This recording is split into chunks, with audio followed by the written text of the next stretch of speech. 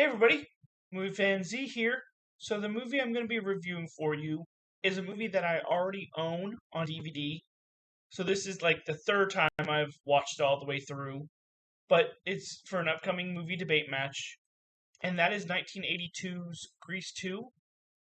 So this movie takes place in 1961, a couple years after the graduating class of the original Grease. And in this movie, you're introduced to Michael Carrington, who has a connection to the original Grease. And he is an exchange student brought to Rydell High. And he develops a crush on Stephanie Zanoni. The only issue is that she is the leader of the Pink Ladies.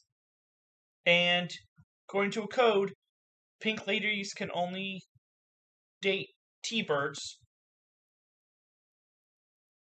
So, and he's only seen as a brainiac. So, can he find a way to shed that side of him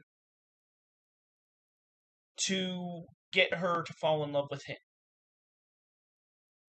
I'm not going to tell you what that thing is that he does, but you'll just have to watch and see. So, this is actually a better movie than I originally remember seeing. So, I'm going to say something bold here. I actually think this is better than Grease. For Grease has some things, it's like it's more iconic, and you have Danny and Sandy that are big, and even Rizzo. But I feel like this one has a beat in certain things.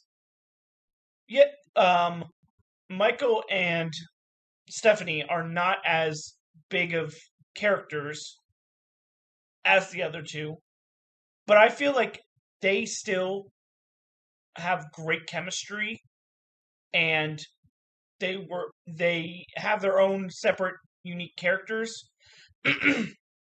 I will say Stephanie, played by Michelle Pfeiffer, and Michael, played by Maxwell Caulfield. Forgot to mention that.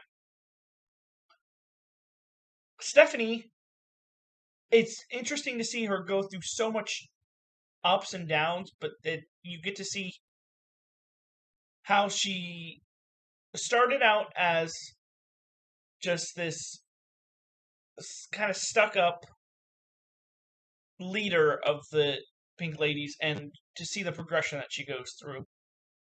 But what I also like about this is that you also give more like focus too on the T-Birds, on the members, and kind of the Pink Ladies. It's not just about the main two. I also like in this movie you get some unique songs like Score Tonight, Who's That Guy, and even Reproduction. And with that, you get kind of some unique locations in here that relate to the songs. And I just think it's an overall more like energetic and upbeat movie. This kind of bombed at the box office, but it's now become like a cult classic. But I really enjoyed it. There's not any really big cons, basically. Again, it's not as big as the original, but this is a movie that could stand on its own in a way. You didn't even need a connection to Grease. But overall, I'm going to give this a 9. A very solid movie with some great songs and some unique characters.